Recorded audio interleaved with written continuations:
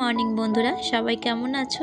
আশা করি ভালো, আর আমরাও বেশ ভালো আছি। তো চলে আসলাম নতুন একটি ব্লগ নিয়ে। আশা করছি ব্লগটি দেখতে ভালো লাগবে। তো সকালে সমস্ত কাজকর্ম করা কমপ্লিট হয়ে গেছে, আর এই ঘরে আমার মেয়েকে পড়তে বসিয়েছিলাম।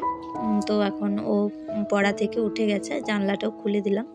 এতক্ষণ খুলিনি কেন জানো বন্ধুরা, প্রচণ্ড হাওয়া চলছিল।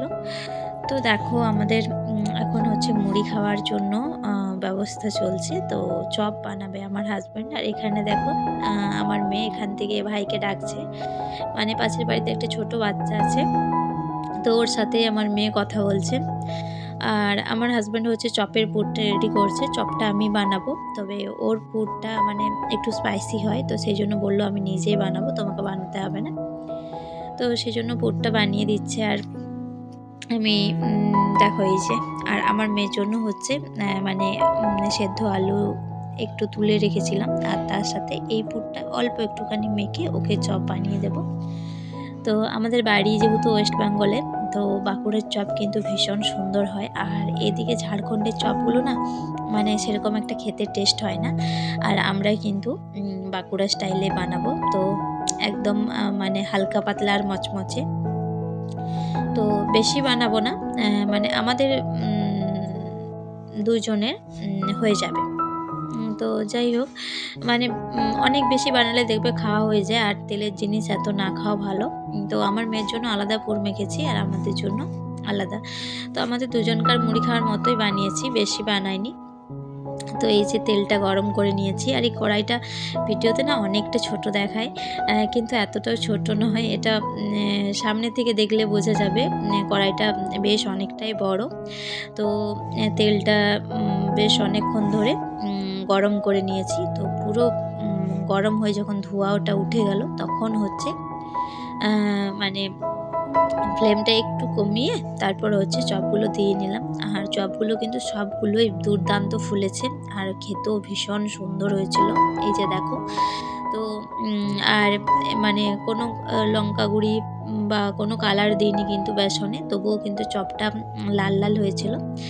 তো এদিকে না কেউ সকালে হচ্ছে মুড়ি খায় না, কিন্তু আমাদের যেহেতু ওয়েস্ট বেঙ্গলে বাড়ি, আমাদের সকালবেলা নাস্তা বানানোর কেউ ঝামেলাই করে না।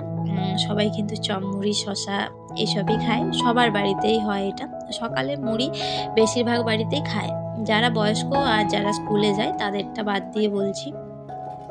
তবে আমার চপ মুড়ি ভীষণ ফেভারিট। আর আমার হাজব্যান্ডের অতটা না হলেও ও কিন্তু ওখানে গেলে একসাথে অনেকগুলো করে চপ খায়, মানে মুড়িটা না খেলেও চপ খাবে। আর ও মানে যেখানেই থাকুক ওর জন্য লুচি বা রুটি বানিয়ে দিতে হয় সকালে। তবে আজকে ও নিজে থেকেই বলল যে চপ মুড়ি খাবে। তো এই চপগুলো দেখে না বাড়ির কথা মনে পড়ে যাচ্ছে, অনেক স্মৃতি মনে পড়ে যাচ্ছে। সকালে ঘুম থেকে উঠেই হচ্ছে ব্রাশ করে চা বিস্কিট খেয়ে কিন্তু আমরা পয়সা নিয়ে দোকানে চলে যাই। মানে দোকান বলতে চপের দোকান কিন্তু অনেকটা দূরে থাকবে না, একদম বাড়ির কাছাকাছি। তো সেখান থেকে মানে মা মুড়িটা বাড়বে, আর ততক্ষণে আমি চপটা নিয়ে চলে আসবো, এরকম আর কি। তো সেই জন্য বাড়ির কথা খুবই মনে পড়ে। তবে ছুটির দিনে আমরা মানে সানডের দিনে, যেদিন বাজার করার বা কোনো আলাদা কাজ থাকে না, অন্য কিছু করার তাড়া থাকে না, সেদিন কিন্তু আমরা বাড়িতে চপ বানাই আর সবাই মিলে মুড়ি খাই। এই যে আমার মুড়ি, আমার হাজব্যান্ড, আমার মেয়ে, সবাইকার জন্য কিন্তু আজকে মুড়িই হবে। আর চপগুলো ভীষণ সুন্দর হয়েছিল। তো এই যে চপ, মুড়ি, কাঁচা লঙ্কা, পেঁয়াজ দিয়ে কিন্তু বেশ জমে গেছিলো সকালের নাস্তাহারে। মুড়িটা খেয়ে রেস্ট নিচ্ছি আর কি। মানে আজকে অতটা চাপ নেই। তো আমার হাজব্যান্ড বাড়িতে থাকলে অনেকবার চা বানায়, তো তখন অনেকবার খাওয়া হয়। তবে আমি চাটা একটু অ্যাভয়েড করি, আর না খেলেও না ওর খুব রাগ হয়ে যায়। তো ও হায়দ্রাবাদি চা বানিয়েছে আদ্রাকওয়ালা, তো সেটাই আমাকে বলছে। তো ওটাই খেতে খেতে টিভিটা এনজয় করছিলাম। আর আজকে রান্না বান্নার কোনো তাড়াহুড়ো নেই, আজকে যেহেতু সানডে। তো আমার হাজব্যান্ড বললো বাইরে লাঞ্চ করতে যাব, তো সেই জন্য বসে একটুখানি সময় কাটাচ্ছি, টিভি দেখছি। আমি অন্যদিন কার্টুন পেলেই মানে খুশি হয়ে যাই, কিন্তু আজকে কার্টুন দেখতে চাইছে না। তাই বললাম যে ওর যতগুলো খেলনা ছিল সবই নামিয়ে দিয়েছি, বললাম খেলো। আর এর মধ্যে কিন্তু সবগুলো একদম ভালো ভালো খেলনা। তো ওই মানে একসাথে থাকলে যা হয় আর কি। তো বললাম তুমি ভালো করে গুছিয়ে খেলো। আর এটা দেখো আমার ছোট্টবেলার খেলনা।